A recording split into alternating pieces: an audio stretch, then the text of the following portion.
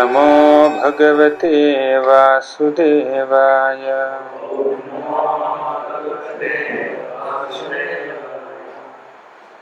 Bhagavad Gita, 4th chapter, Transcendental Knowledge.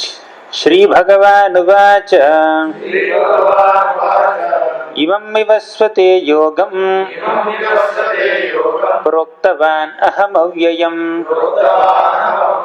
Vivasvan Manave Praha Manur Ikshvakape Bravit.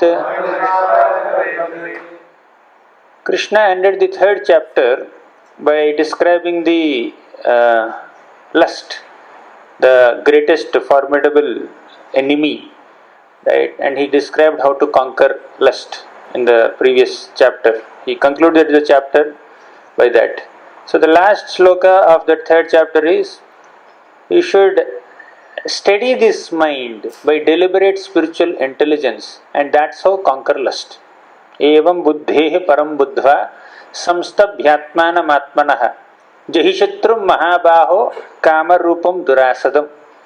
So Krishna spoke this verse. We described this in the previous session elaborately. So one has to study the mind by deliberate spiritual intelligence. So in the 4th chapter, Krishna presents transcendental knowledge by which one can be protected from this bondage of lust. Okay. So Krishna describes how he personally has given this transcendental knowledge to great Rajarshis, and the knowledge, this transcendental knowledge descended through the parampara of great Rajarshis, saintly kings. Rajarshi means a king who is as good as a sage. He has the qualities of renunciation, self-control and many other qualities that are found in sages. At the same time, with all these qualities, he is doing the administration of a kingdom. Such a person is called Rajarshi. And this transcendental knowledge descends through this parampara, and the Rajarshis have received this transcendental knowledge in that way. Okay. Krishna says, Sri Bhagavan Uvacha Imam Vivasvate Yogam Proktavan Aham Avyayam. Okay. So, I have spoken this transcendental knowledge to this sun god. Sun god is called Vivasvan. Sun god's son is called Vaivasvata or Shraddha Deva, you see in the 8th canto of Srimad Bhagavatam. So sun god is also called Vivasvan. So Krishna spoke this knowledge to sun god. And Imam Vivasvate Yogam Proktavan Aham Avyayam. Aham, I have spoken. Vivasvan Manave Prahaha. And Vivasvan spoke this knowledge to Manu. Manu is the father of mankind. And Manu spoke this to Ikshvaku. So this is the parampara. So the knowledge that is coming from Krishna is coming through this chain of disciplic succession. Fine. So in the previous chapter, Krishna described about Nishkama Karma Yoga. Okay. Nishkama Karma means doing dutiful work in a detached spirit without expecting the results of work, or without a mentality of enjoying the fruits of one's work. That is Nishkama Karma. And that by performing that Nishkama Karma Yoga, one should gradually develop knowledge. We have discussed this very elaborately earlier. So by performing Nishkama Karma Yoga, one has to develop transcendental knowledge.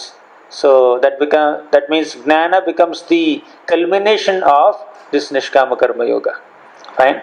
So the goal of Nishkama Karma is Jnana. And that Jnana is described in this particular chapter, in this 4th chapter, Transcendental Knowledge. Okay, and the glories of the Transcendental Knowledge are also described. First, Krishna describes the parampara of this knowledge. Fine. So, Imam Vivasvate Yogam Proktavan Aham Avyayam Vivasvan Manave Prahaha Manur Ikshvakave Abravit. Abravit means he has spoken. So, why Rajarshis are specifically described as the recipients of this transcendental knowledge?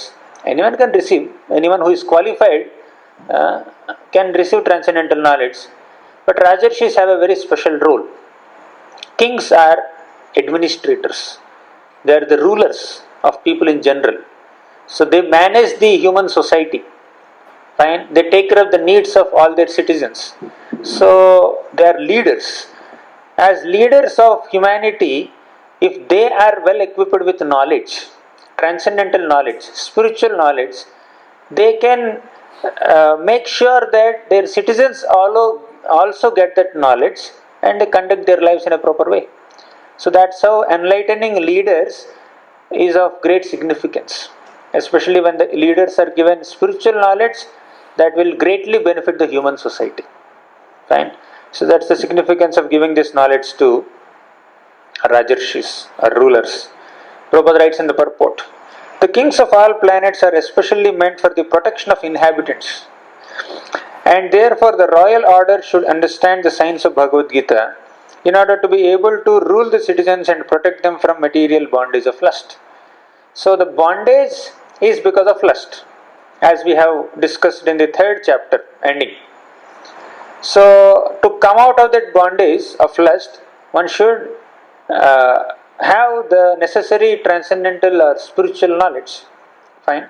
So when the Rajarshis are enlightened, they will enlighten their citizens, right? Or they will make some systems by which the citizens are enlightened, and with that enlightened knowledge, they will protect themselves from this bondage of lust. Fine.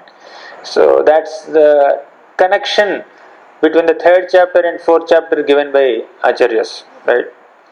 And human life is meant for cultivation of spiritual knowledge in eternal relationship with the Supreme Personality of Godhead, and the executive heads of the states and all planets are obliged to impart this lesson to the citizens by education, culture and devotion.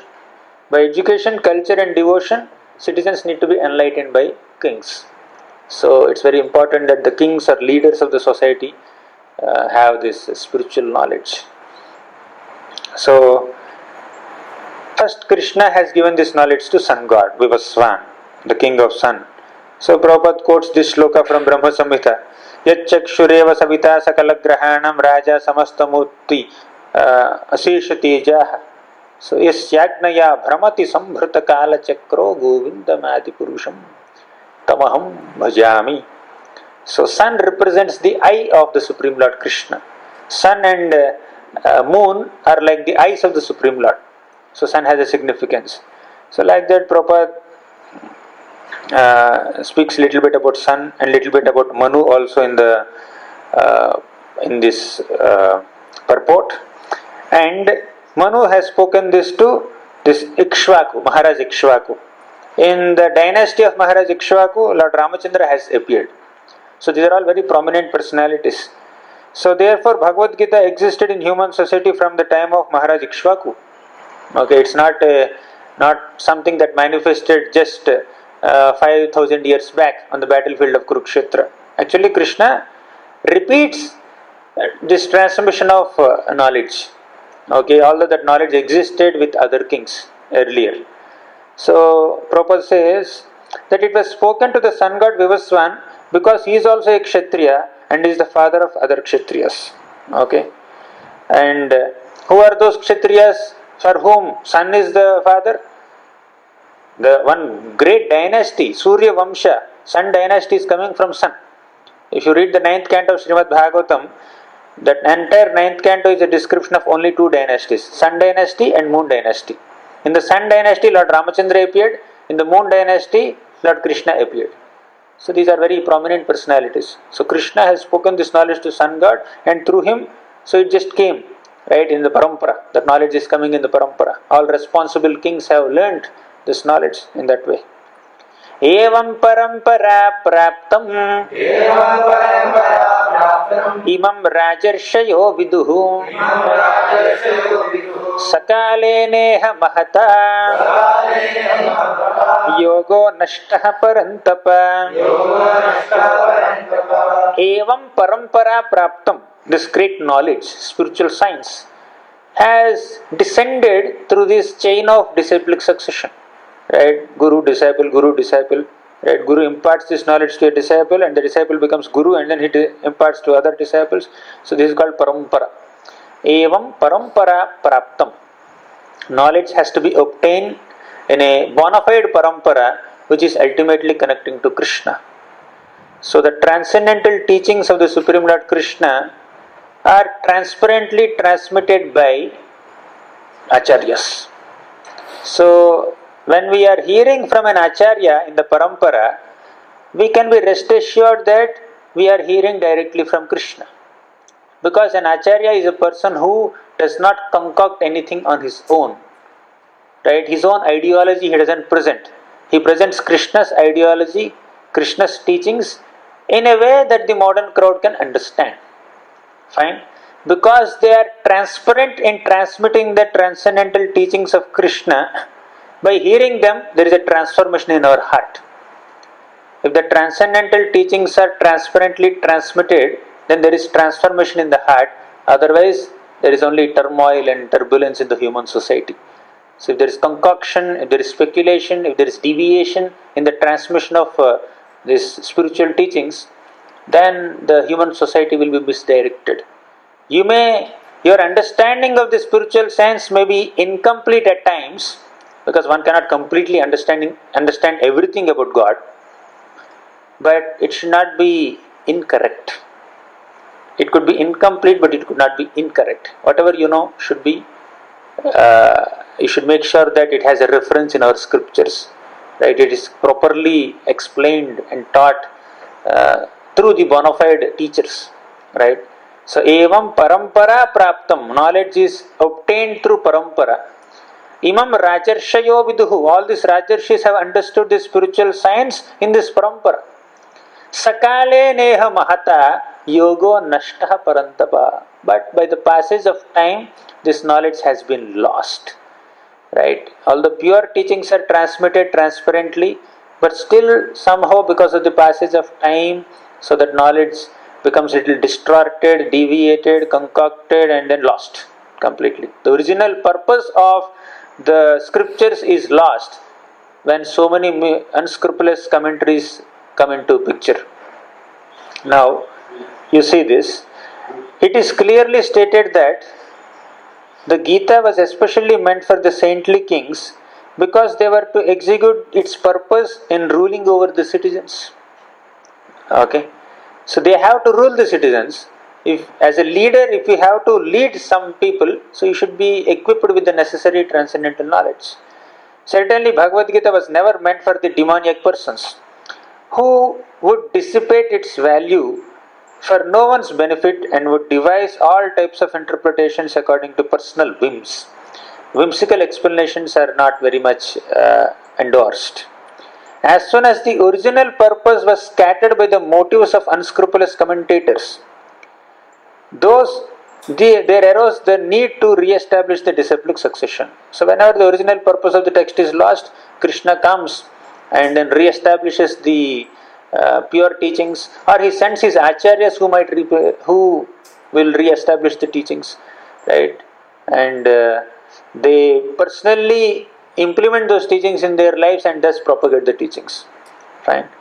So Prabhupada further writes, because demons do not believe in God but simply enjoy the property of the Supreme. Right? So, who is a qualified candidate to transmit this transcendental knowledge? A person who is a devotee of Krishna.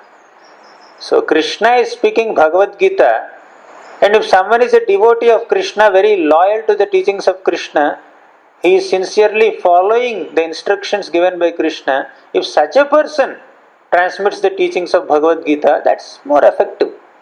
Right? Okay, I speak Gita and I explain Gita, I am a scholar of Gita, but I have nothing to do with worshipping Krishna or devotion to Krishna. I don't believe that he is God or not, but I like philosophy, right? I can speak this Gita. That's not the right thing. So Prabhupada says right in the beginning of Bhagavad Gita that one has to learn this science from a devotee of Krishna. So we are learning from Prabhupada. So third sloka. Sa evayam maya tedya yogaha proktaha puratanaha bhaktosi me sakha cheti rahasyam hetaduttamam. Sa evayam maya tedya yogaha proktaha puratanaha. So Krishna says, This transcendental science of yoga, I have spoken long back. Yoga proktaha punatanaha. Adya, today again I am going to speak that.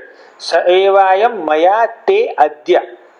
That same original transcendental ancient knowledge I am going to speak today to you. You, today. Fine? It was already spoken earlier. Today I am speaking to you. So there is a transmission. When knowledge is transmitted, it has to come from a guru to a disciple. Here Krishna is the guru, Arjuna is the disciple. Okay? So they both are persons. So bhaktosi me sakha cheti. And why am I giving this knowledge to you? Because you are a bhakta. And sakha cheti, you are my friend also. So Krishna found Arjuna a qualified candidate to receive this science of yoga or the spiritual knowledge, because he found Arjuna very devoted to him. So a devotee of Krishna can understand the teachings of Krishna better. So Krishna himself says, Bhaktosi me sakha cheti, you are my friend, you are my devotee, so you are a qualified candidate to receive these teachings. Right? Rahasyam hi etat uttamam. This uttama, rahasya. Tama is darkness. Uttama means that which is beyond darkness. That is very spiritual, transcendental, beyond the material modes. Right? So this spiritual knowledge, this best of all knowledge I am going to explain to you, because you have these two qualifications. And Rahasyam, it is very confidential knowledge also. So Prabhupada writes, there are two classes of men, namely the devotee and the demon. Commentation by the devotees is real, whereas that of the demons is useless. Arjuna accepts Sri Krishna as the Supreme Personality of Godhead, and any commentary on the Gita following in the footsteps of Arjuna is real devotional service to the cause of this great science.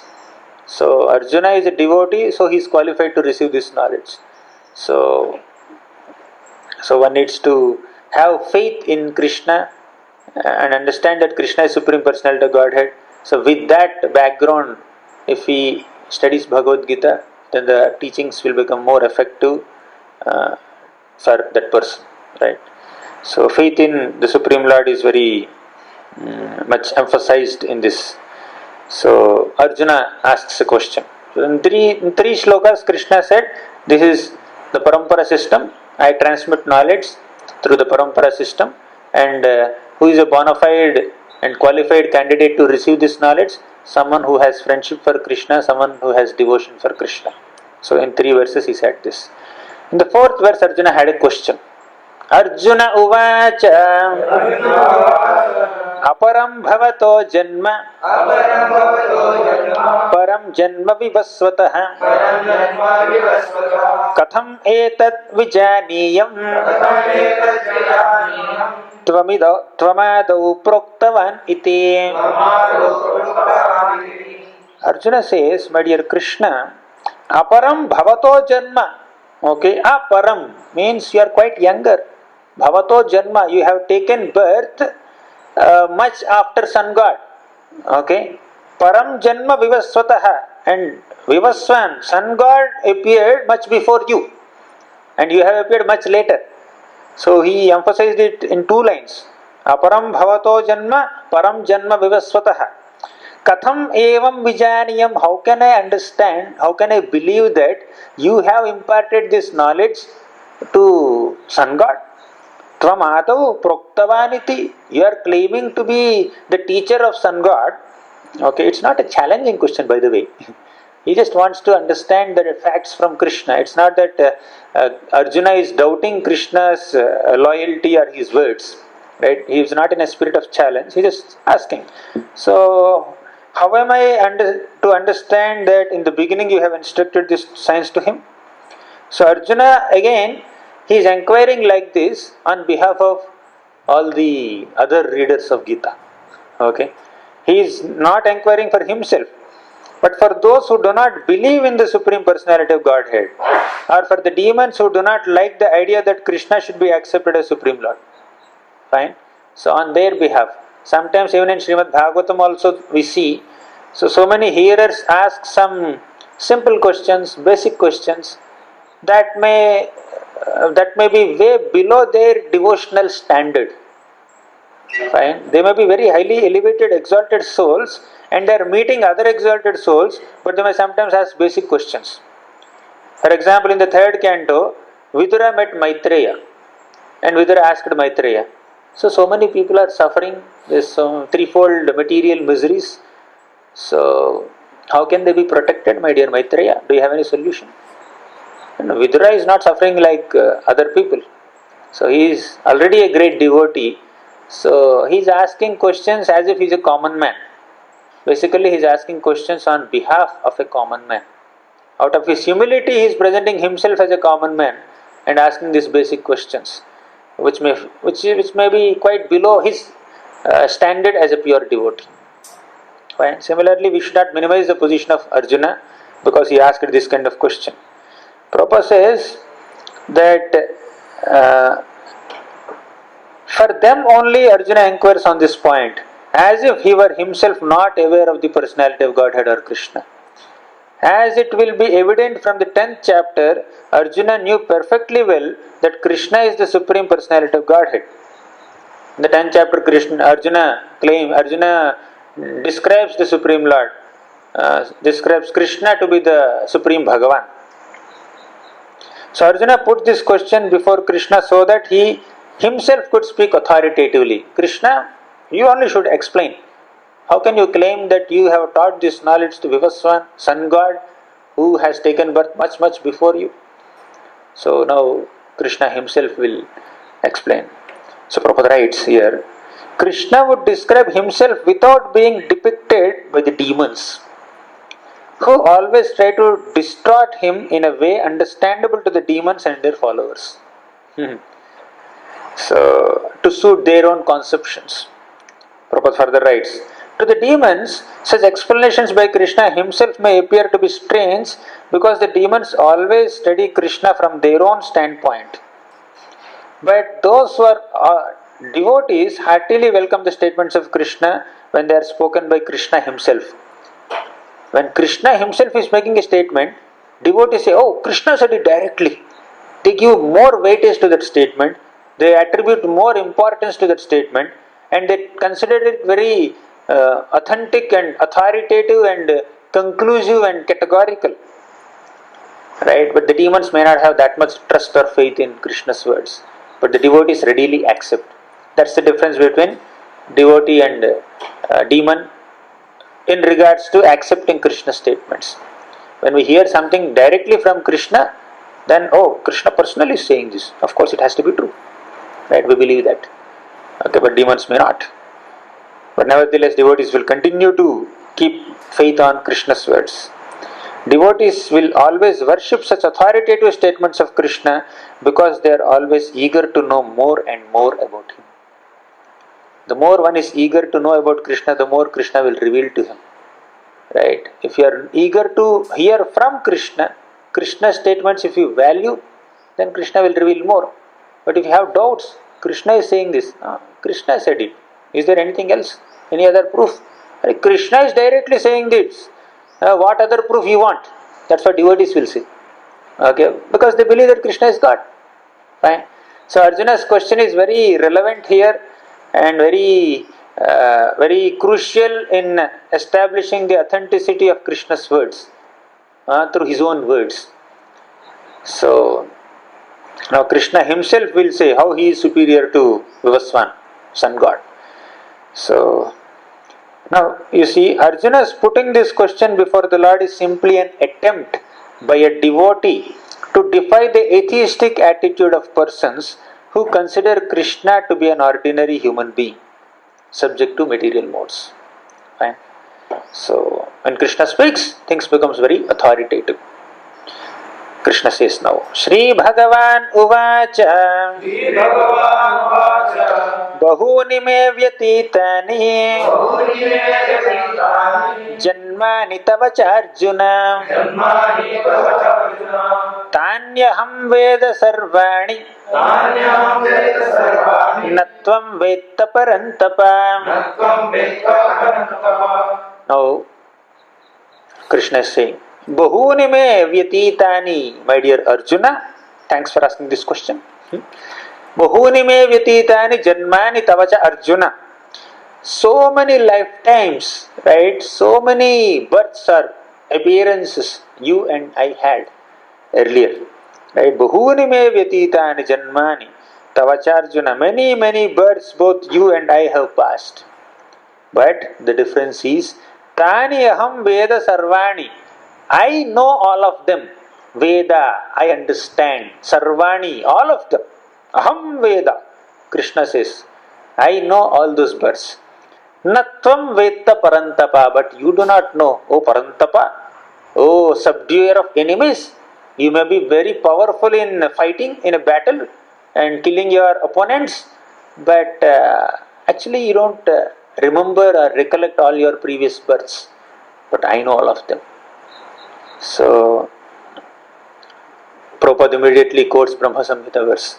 Advaitam achyutam anadi mananta rupam adyam purana purusham navayavvanam cha vedeshu durlabham adurlabham atma bhaktau govindamadi purusham tam aham bhajami.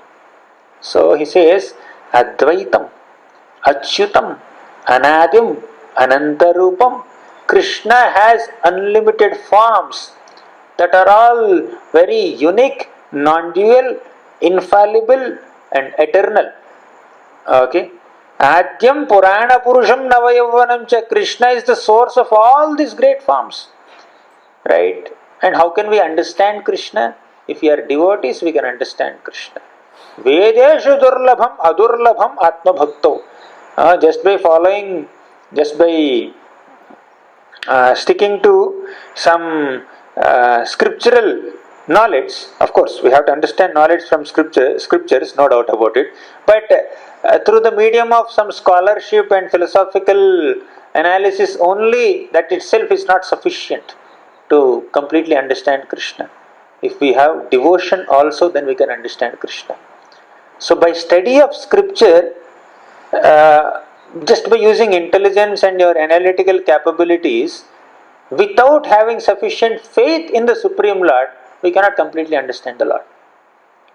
You are engaging your mind, your intelligence and your senses in trying to understand, but you have to engage your soul, right? Put your heart.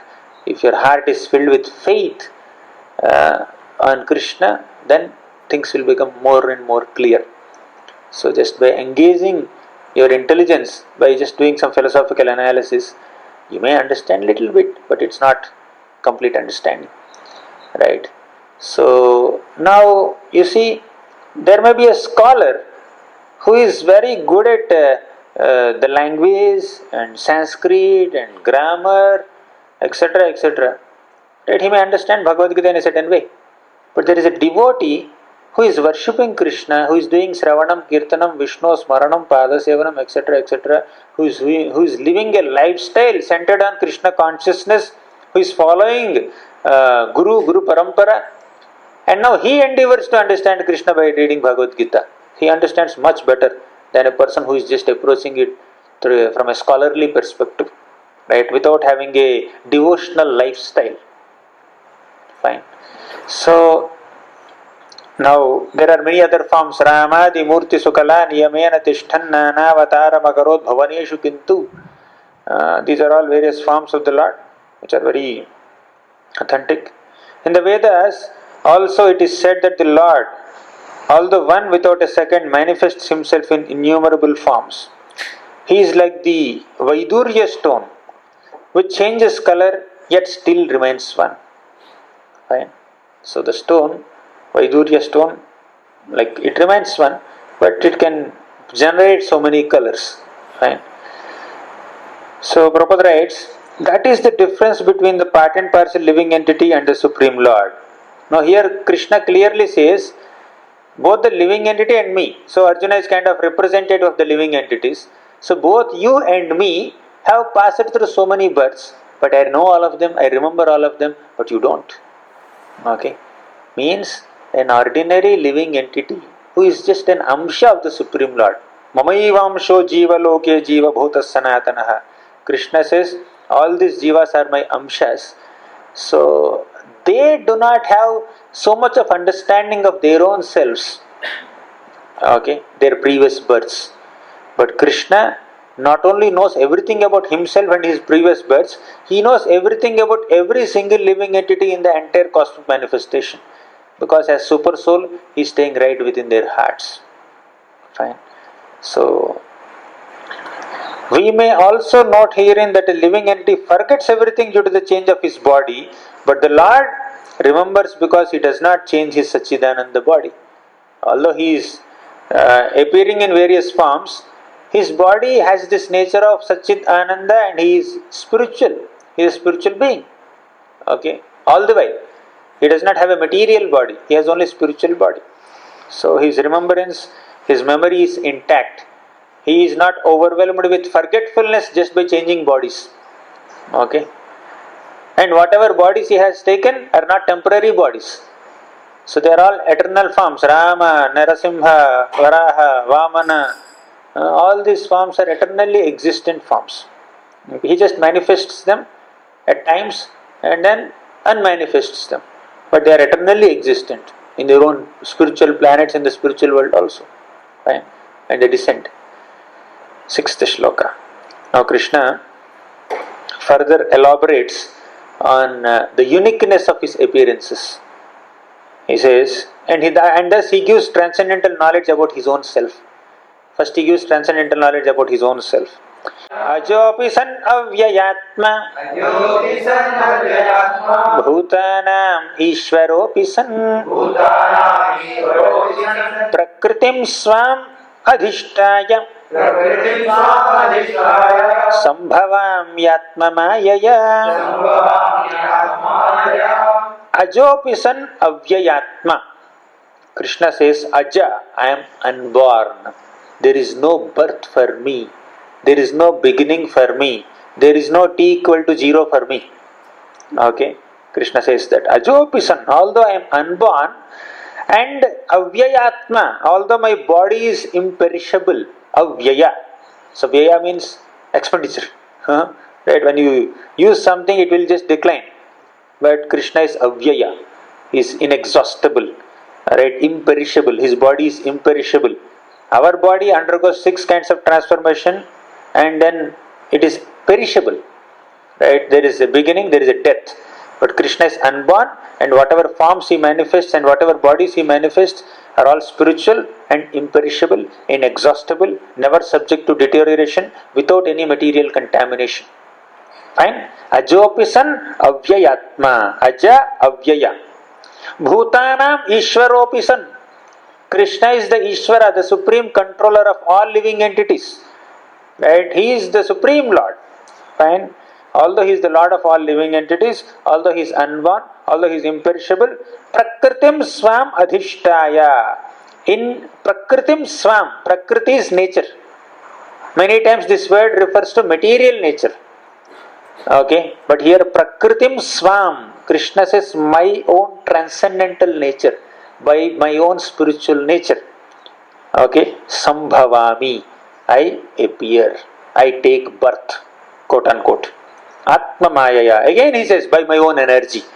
And this word Mayaya could refer to his energy or it could also refer to his mercy. The word Maya also used to refer to Lord's mercy.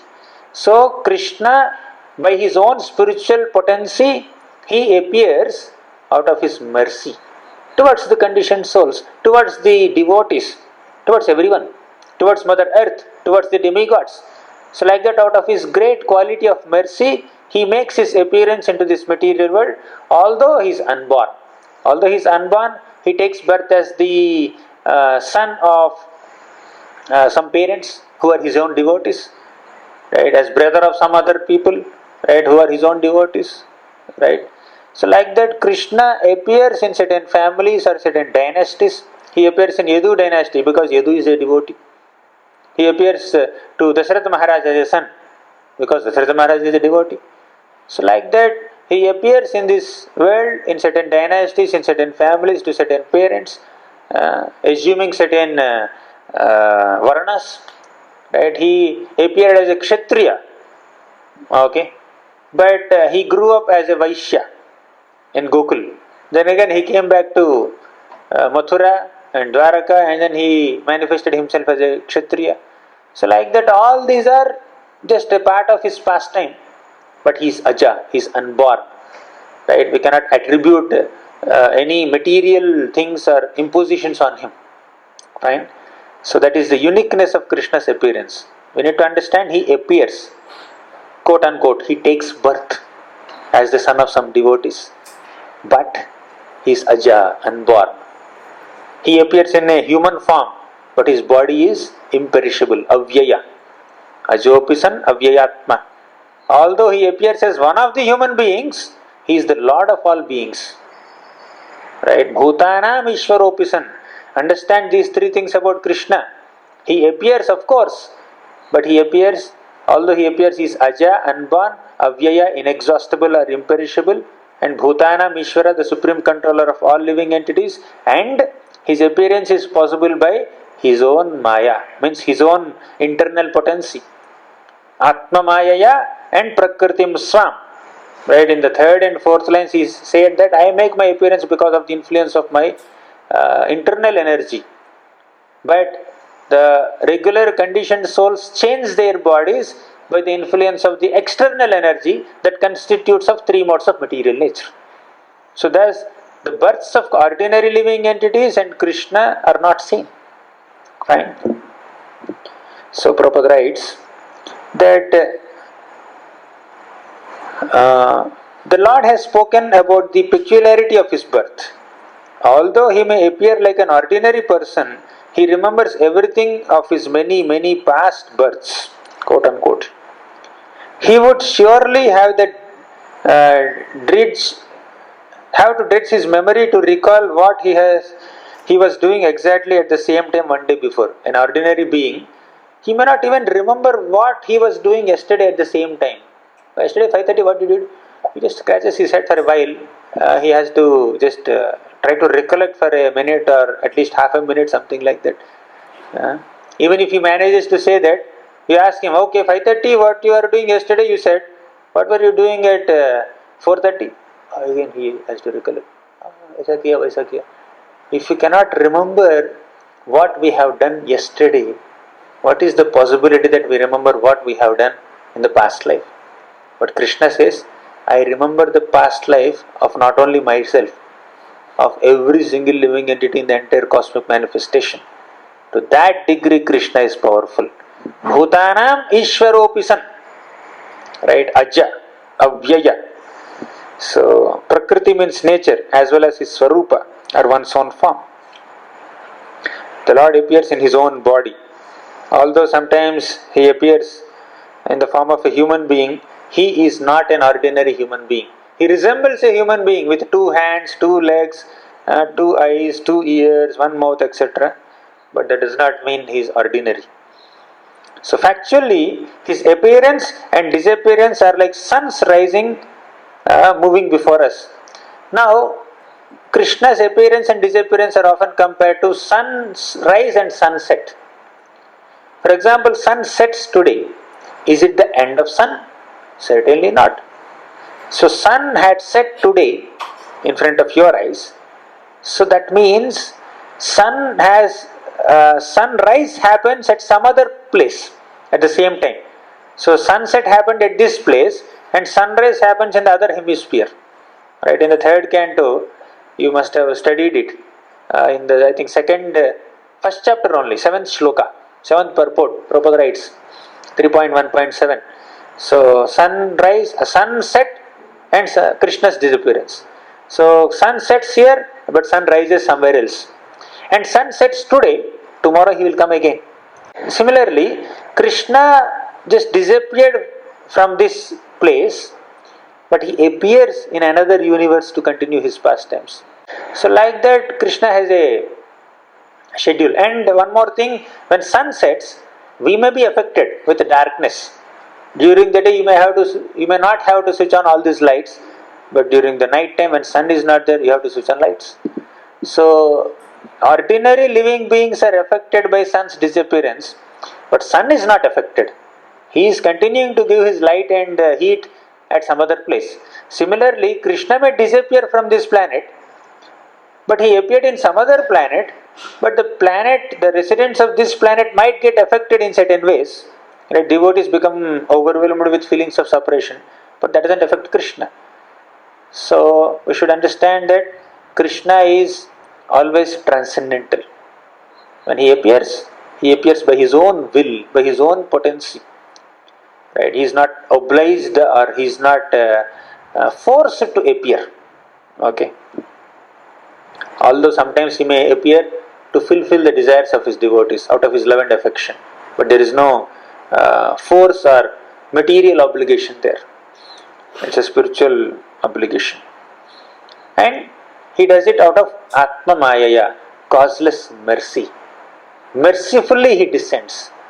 Because this condition, this material world is often filled with conditioned souls.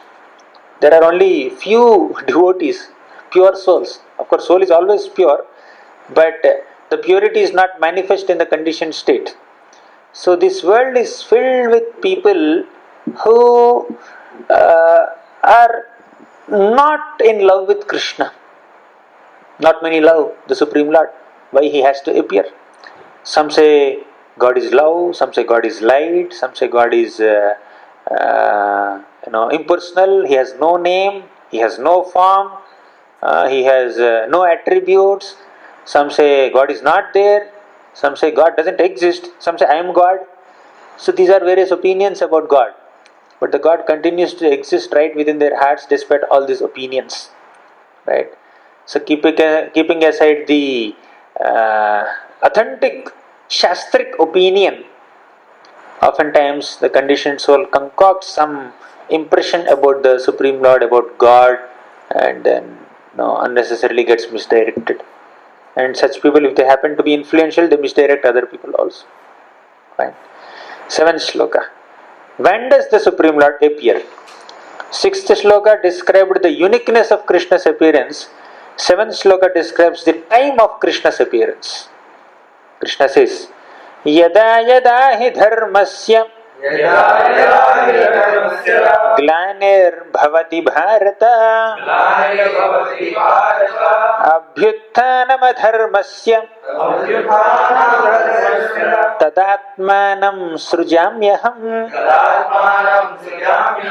Yada yada hi dharmasya glanir bhavati. Dharma is pure, authentic religious principles. Right? So, dharma glani means whenever there is a discrepancy in following dharma, okay, which is taught by the Vedic scriptures, which are direct orders of the Supreme Lord, then Krishna appears. Yada yada hi dharmasya glanir bhavati.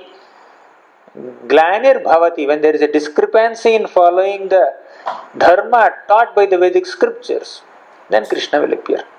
Okay. Abhyuttanam, he will appear. Abhyuttanam means when there is predominance of adharmasya. When there is dharma glani, discrepancy in following dharma. Number 2 is abhyuttanam adharmasya, when there is predominance of irreligion, right, or adharmic tendencies, right, non-alignment with Vedic scriptural injunctions. When that is happening, then tada atmanam srujami aham. At that time, I personally appear in the form of some incarnation, right? To reverse the situation. Why does he appear? Now, dharma took a low profile and adharma is coming into main profile, right? Adharma is becoming more prominent than dharma. Then Krishna wants to reverse the situation. Adharma should be subdued, dharma should become more prominent. So, let me come and re-establish this dharma. That's the intent of Krishna when he descends. So that's the time. So any time, that could be any time, whenever dharma declines, Krishna will appear. The word Srijami is significant here. Srijami cannot be used in the sense of creation, because according to the previous verse, there is no creation of the Lord's form or body, since all the forms are eternally existent. Therefore Srijami means the Lord manifests himself as he is. Srijami aham means at the time I am created. Not like that. At the time I appear in some form which is eternally existent form. So now there are 28 in the 28th millennium of 7th Manu, in one day of Brahma, so Krishna appeared in Dwapara Yuga. So there is some specific time which is also mentioned here. So dharmam tu sakshat bhagavat pranitam. Dharma is that which is actually given by the Supreme Lord. Okay, occupational duties or the religion is actually manifested by the Supreme Lord. The principles of dharma or religion are direct orders of the Supreme Lord. When there is discrepancy in that dharma, then the Lord has to appear. So the highest principle of dharma, highest dharma is called paro dharma. And what is that? Performing devotional service unto the Supreme Lord. Savai pumsam paro dharmo yato bhakti radhokshaji. Ahaituki apratihata yatma suprasidati. Paro dharma, or the transcendental dharma, or the supreme dharma of all beings is that, especially of the humanity, is that which invokes devotional service, is that which is bhakti unto the Supreme Lord. So highest dharma is bhakti. Prabhupada writes here very authoritatively. The mission is same, to lead people to God consciousness and obedience to the principles of religion. Prabhupada says 2 plus 2 equals 4 is a mathematical principle, and that is true in the beginner's arithmetic class or in an advanced class as well. Okay. Still there are higher and lower mathematics. In all incarnations of the Lord, therefore the same principles are taught, but they appear to be higher and lower in varied circumstances. The higher principles of religion begin with the acceptance of 4 orders and 4 statuses. This is basically Varnashram. And the whole purpose of the mission of incarnations is to arouse Krishna consciousness everywhere. Fine. So ultimately, Krishna descends to establish dharma, and the highest dharma is bhakti yoga. Okay. Highest dharma is Krishna consciousness. Ultimately, Krishna's purpose in descending is to establish the principles of bhakti yoga, and even Kunti Maharani also says this in her prayers. If you remember, first canto, 8th chapter. Right. 8th shloka. 8th shloka describes the purpose of Krishna's appearance. 7th shloka describes the time of his appearance. What is the time? Whenever there is a decline in dharma and predominance of adharma, Krishna appears. And what is the purpose of his appearance at that time? Paritranaya sadhunam vinashaya cha dushkritam dharma samsthapanarthaya sambhavami yuge yuge.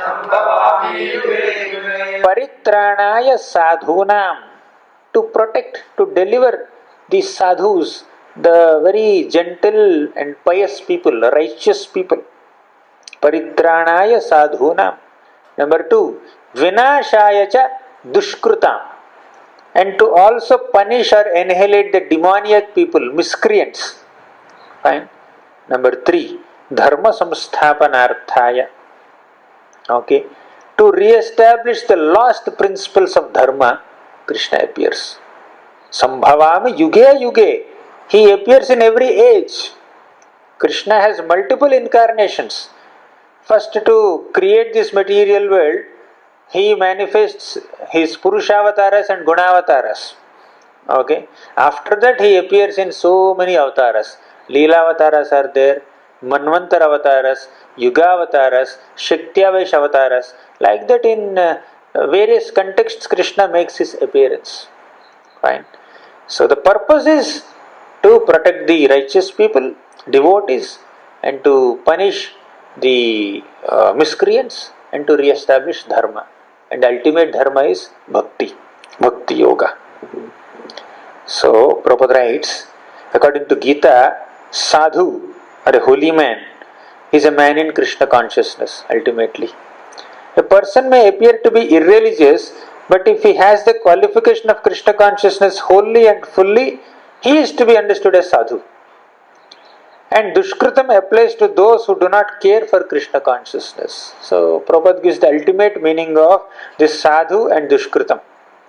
Krishna appears to protect sadhus and to punish dushkritas. So dushkrita is one who does not have Krishna consciousness, and sadhu is a person who has Krishna consciousness. So although Krishna says vinashaya cha dushkritam, Krishna's intention is not to destroy the person, but destroy his mentality of being a miscreant. So Krishna is ultimately targeting for the transformation of conditioned souls. Krishna himself said earlier that soul cannot be destroyed. Okay. Now he says vinashaya is a dushkritam. Basically Krishna's intent is to destroy the demoniac mentality of the person than the demon. Although Krishna seems to kill somebody, definitely soul is eternal. Right? Krishna is just killing the body, the demoniac body of that person, through which he is performing so many demoniac activities. Right? So he separates that fellow from the body, so that he does not continue to engage that body in sinful activities. So even when Krishna kills the demons also, he is merciful to them only. So this verse is not exhibiting Krishna's partiality. Oh, Krishna is clearly saying, I will protect my devotees and I will punish these demons. So much partiality. His party people, those who are surrendering to him, those who are taking his shelter, he will protect, and other people he has to kill. Yeah, basically his killing also is his mercy only. He is delivering the person from that sinful mentality and sinful life. Okay, that's the purpose of his punishment or even killing also. Prabhupada says, as far as the atheistic are concerned, it is not necessary for the Supreme Lord to appear, as he is to destroy them, as he did with the famous demons Ravana and Kamsa. So Krishna personally appeared as Ramachandra and Krishna to kill this Ravana and Kamsa and other demons. So he need not do that, but his prominent purpose is to protect the devotees. Demon killing happens as a secondary thing, but the prominent thing is to protect the devotees. The Lord has many agents who are quite competent to vanish demons, but the Lord especially descends to appease his unalloyed devotees who are always harassed by the demoniac. So although annihilating the demons is one of the agendas, but that's a secondary thing, and that killing of a demon becomes a byproduct of the main product of protecting the devotees, right? And even if it seemingly he is targeting to kill that demon only, and he is delivering that demon, he is protecting that demon only from the demoniac activities. So Prabhupada further says about various avatars: Purusha avatars, Guna avatars, Leela avatars, Shakti-avesh avatars. So, and Krishna is the origin of all these avatars. Etecham sakalaha pumsaha Krishnastu Bhagavan Swayam. Krishna is directly the Supreme Personality of Godhead. Fine. So, 9th shloka.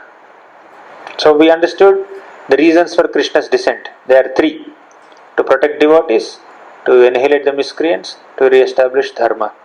And the primary reason is to protect devotees, and the secondary reason is to punish the demons. Okay, and the punishment is also mercy. Fine. 9th shloka. Janma karma cha me divyam evam yo vetti tattvataha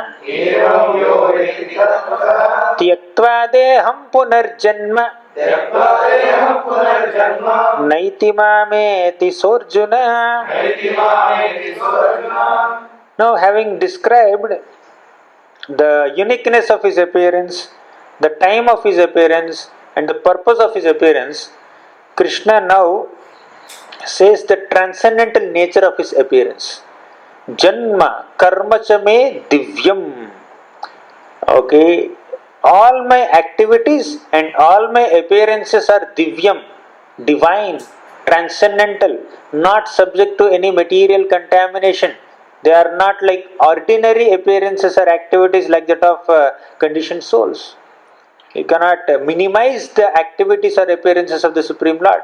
When Krishna appeared, first he appeared in the mind of Vasudeva. Then he transferred to the body of Devaki.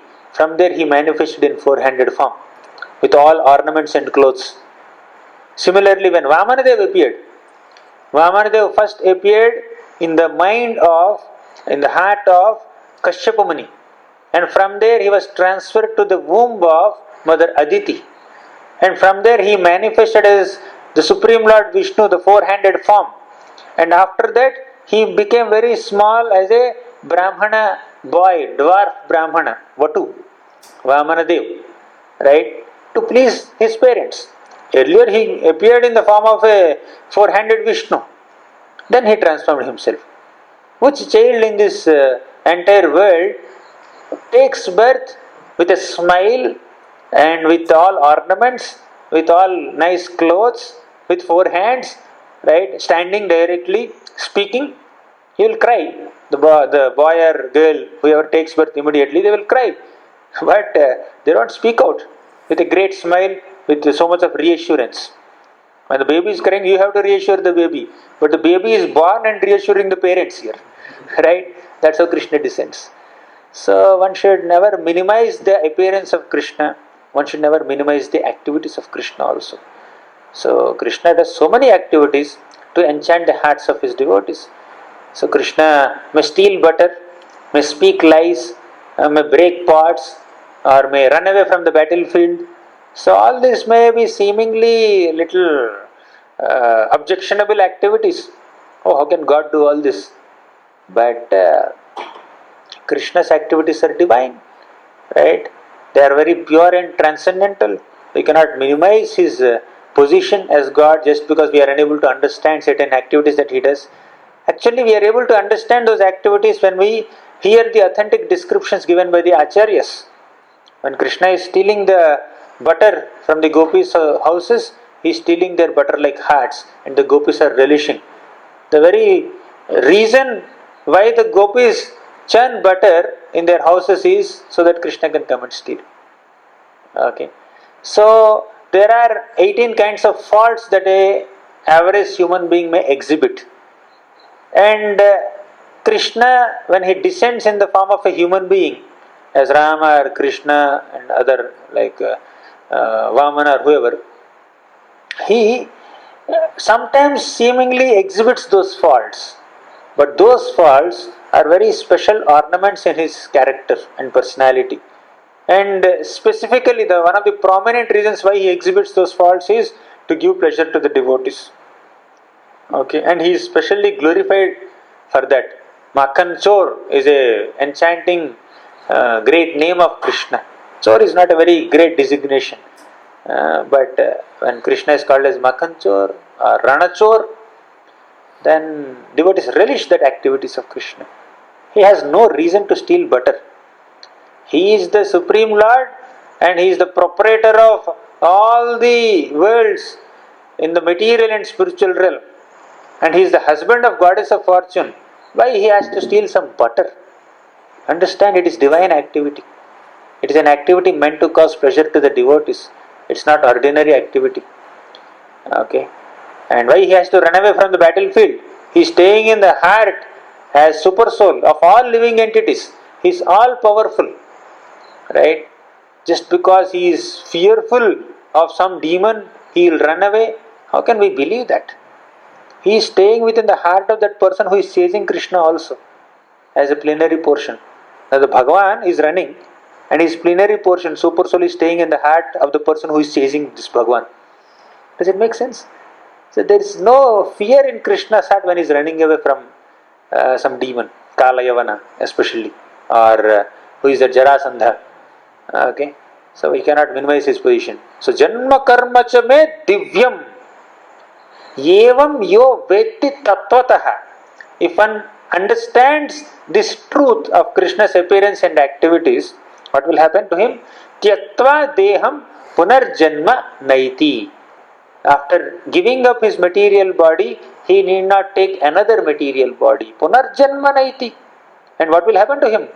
Punarjanma Naiti Mameti. So Arjuna, Krishna promises that he will come to me only. One can directly attain Krishna's abode by understanding the divinity and spiritual nature and transcendental nature and the divine nature of Krishna's activities and appearances. One can never consider them ordinary. So, He is God. He is the Supreme Personality of Godhead. He is not an ordinary human being. We cannot evaluate from the platform or from the standpoint of a human being. We cannot evaluate Krishna's activities like that. Right? Although He manifests Himself as a human being and performs sweet activities as it is common for regular human beings, but still all His activities are transcendental. Last shloka for today. And Krishna says one can attain liberation by understanding His activities in truth.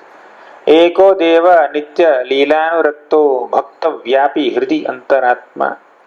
The one Supreme Personality of Godhead is eternally engaged in many transcendental forms in relationships with His unalloyed devotees. So, for different devotees, Krishna is capable of manifesting different forms to reciprocate with them in those ways. Yad yad dhyata urugaya vibhavayanti tattat vapuhu pranayase sadanugrahaya. Okay, Lord Brahma glorifies this Supreme Lord Vishnu. Yad yad dhyata urugaya vibhavayanti.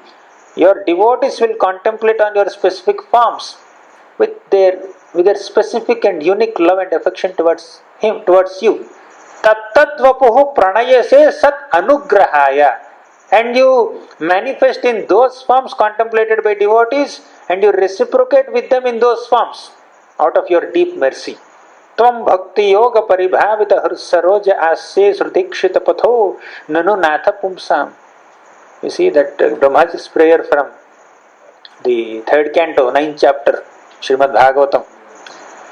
Fine? You read recently. Good. So, after reading Bhagavatam, you come back to Bhagavad Gita, you will relish all the verses even better. So, reading Bhagavad Gita once is not sufficient. Bhakti Shastri, you read once Bhagavad Gita, right? After completing Bhagavad Gita, again you come back to Bhagavad Gita. Then you will relate. So, all these concepts demonstrated in Bhagavatam and Chaitanya Charitamrita, of course. But we cannot elaborately describe all of them. 10th sloka. Vitaraga bhaya krodha manmaya mamupashritaha bahavo gnana tapasa puta madbhavamagataha. Now Krishna says, who can love Him? Who can know Him? Earlier in the 9th verse He said, whoever knows the divine nature of my appearance and activities, such a person can reach me. He can attain liberation very easily. He did not take birth again. Fine. But having said that knowing me will cause liberation, now he will say, who can know me? Who can love me? If you know Him, you love Him. He says, Vita Raga Bhaya Krodha. Vita Raga means undue attachment. Bhaya means fear. Krodha means anger. Vita Raga Bhaya Krodha means giving up anger, attachment and fear. Manmaya Mam Upashritaha. Manmaya, just dedicate yourself completely unto me. Now Krishna is directly referring to him. You should perform devotional service unto me. Manmaya means you become totally absorbed in Krishna only. Manmaya, Mam Upashritaha, worship me, take my shelter. Krishna is urging all of us. Giving up your anger, fear, attachment, material desires, just be absorbed in me. Just worship me, take my shelter. I will take care of you. He says, Bahavo Gnana Tapasa Puta Mad Bhavamagataha. There are so many Gnanis and Tapasvis. There are so many people who are very knowledgeable and austere. They tolerated all kinds of oppositions. And they dedicated themselves to me. And what happened to them? Puta, they are purified. Mad Bhavamagataha. They also attend me. Okay? So by giving up anger, by giving up attachment, and by giving up fear, if you completely absorb yourself in Krishna and then take His shelter, then you will be purified and you will attain Krishna. Right? That's the meaning of this simple shloka. So, You are able to relate with the Sanskrit, right? Vita, Raga, Bhaya, Krodha, Manmaya, Ma, Upashita. So Prabhupada says, generally, people who are attached to bodily conception of life are so absorbed in materialism that it is almost impossible for them to understand how the Supreme can be a person. And now you see, when the person, the Supreme Lord, Krishna is saying, Manmaya, Mam Upashitaha, Aham. He says, Ajopisan, Avyayatma, Bhutanam, Ishwaropisan. So basically, there is a lot of I, me. These words are being used. Okay, Krishna is using the word Aham Mameti, right? I and mine. So understand, Krishna uses Aham Mameti, he is presenting a spiritual fact. But in the material world, that same words Aham Mameti, they indicate bodily conception. So some transcendentalists or some spiritualists, they say this Aham Mameti conception is wrong. Right? Wrong for you, not for Krishna. Okay? Aham Mameti, when we are obsessed with this conception of Aham Mameti, then that is wrong. You are considering yourself with a material identity, material designation, material role, and you are considering yourself as the possessor of so many things, Mama, Aham and Mama. That is wrong. But when Krishna says Aham Mameti, that is fully true, that is absolute truth. Right? Aham Vaishvanaro Bhutva Praninam Dehamashritah Aham Tvam Sarvapapebhyo Mokshayishyami Masuchaha. Right? So everything is coming from me. Everything is emanating from me. What is that sloka? 10th chapter. Aham Sarvasya Prabhavo Mattas Sarvam Pravartate. Krishna so many times uses the word Aham, Aham, Aham. He is not showing his ahankar. He is Aham Tvam Sarvapapebhyo. He says I. Means he is a person. He has a personality. He has spiritual senses. He has spiritual mind. And he has spiritual heart. And he is the origin of all spiritual beings. Okay. So in bodily conception that Aham Mameti is condemned. But when Krishna uses the word Aham, Mama, Mame Vaishyasya Samsayaha, Manmaya, Mam Upashyataha. When Krishna is saying that, he is speaking the absolute truth. You should trust Krishna's words. So Prabhupada says, one has to get rid of all three stages of attachment to the material world. Negligence of spiritual life, fear of a spiritual personal identity, and conception of void. So Prabhupada says three things are there. Three stages of attachment, Vita, Raga. Three stages of attachment. One, neglecting spiritual life out of material attachments. Number two, fear of a spiritual personal identity. Means people say that in this world there are so many varieties. Spiritual realm means there should not be any variety. And in this world there are relationships that might sometimes cause a lot of misery. Spiritual world means no relationships. Material world is filled with so many material forms that distract us. Spiritual world means no form. So here there are names, there should be no names in the spiritual world. There are forms in the material world, spiritual world no forms. There is variety here, there is no variety there. So like that they negate whatever you see, opposite, there should not be anything. You see everything here, there should be nothing there. That is spiritual realm. Some people might think like that. Okay. But Vaishnava's understanding is, there are material relationships here, there will be spiritual relationships there. There are material forms here, there will be spiritual forms there.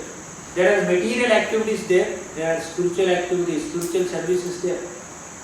So, this is material, that is spiritual. This is temporary, that is eternal. That's the Vaishnava understanding. So, being frustrated with the material variety and material enjoyment and material miseries, people develop a conception of void. So this conception of void arises from frustration in life. So there is so much variety around me that is causing me frustration. So there should not be any variety. So that is voidness. So because the variety that is around you is material variety, that is causing you frustration. But if it is spiritual variety, there is no frustration, there is pure bliss. So Prabhupada says, to get free from these stages of material conception of life, one has to take complete shelter of the Lord. That's what Krishna says. Manmaya ma upashritaha. Take shelter of Krishna. Ma upashritaha is an important word. So that means one has to constantly engage oneself in the service of Krishna, chant his holy names and perform devotional service. So that will enable one to enter the spiritual realm, as Krishna promises here. Puta mad bhavamagataha. One will be purified of this material contamination and one will enter the spiritual realm.